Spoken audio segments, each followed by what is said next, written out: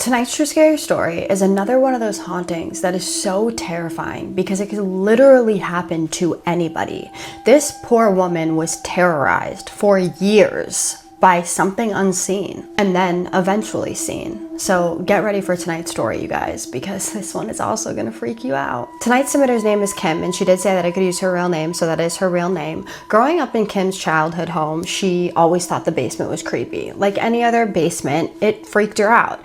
But there was something different about this basement. Every time she was down there, she would get this spine-tingling feeling, like she had to run up the stairs faster and something was right on her heels. Now, after Kim's two brothers moved out of the house, she got the room in the attic. She loved that room. She could crawl out the window and go sit on the roof and just feel the breeze in her face and watch the sky. And everything was fine and dandy until it wasn't. When her cousin moved in is when things started to pick up. Her and her cousin shared a bedroom, and they were close. Every time Kim was on her period, her cousin would sit on her stomach to make her cramps go away. This was effective. Well, one day her cousin wasn't home, and she was having terrible period cramps. So bad that she was curled up into a ball, sobbing her eyes out. After she was done crying, she wiped her tears and she rolled onto her back. And that's when she felt it. Something was sitting on her stomach. She actually saw her stomach move downward. This scared her so badly, she jumped up and ran against the wall, holding the wall, just standing there, terrified. From that day forward, things just got worse. She was 17 and terrified in her own home. Kim had a single black rose sitting on her vanity.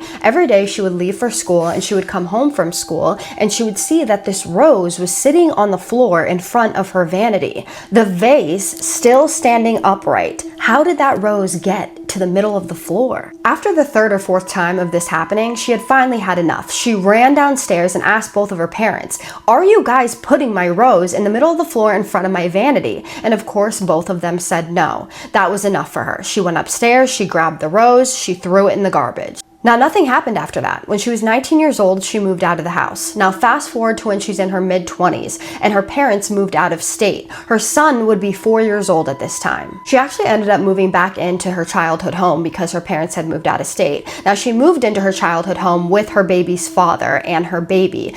The child's father kept up the house. Life was great. No creepy stuff. Until one night, they were all in bed. Kim was drifting off to sleep when suddenly she hears, "Kimberly."